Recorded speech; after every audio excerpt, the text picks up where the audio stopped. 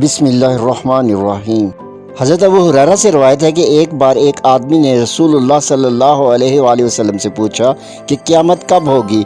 रसूलुल्लाह सल्लल्लाहु अलैहि वसल्लम ने फरमाया, जिससे सवाल किया गया है वो इस बात को साहिल से ज़्यादा नहीं जानता। हाँ, मैं इसकी अलामात तुम्हें बता देता हूँ। जब तुम देखो कि औरतें अपने मालिकों को जन्म दे रही हैं, यानी जब कनीज़ औरतों के घर उनके मालिक पैदा होना शुरू हो जाएं, तो ये क़यामत की निशानी है।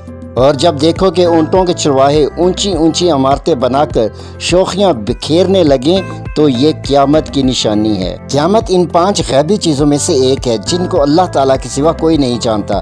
फिर आप सल्लल्लाहु अलैहि वसल्लम ने सूरह लुक़मान की आयत तिलावत फरमाई, तो उसके बाद वो शख्स उठकर चला गया। तो आपने फरमाया, ये शख्स जबरील है जो तुम्हें दीन सिखाने आए थे। सही मुस्लिम शरीफ हदीस नंबर 102।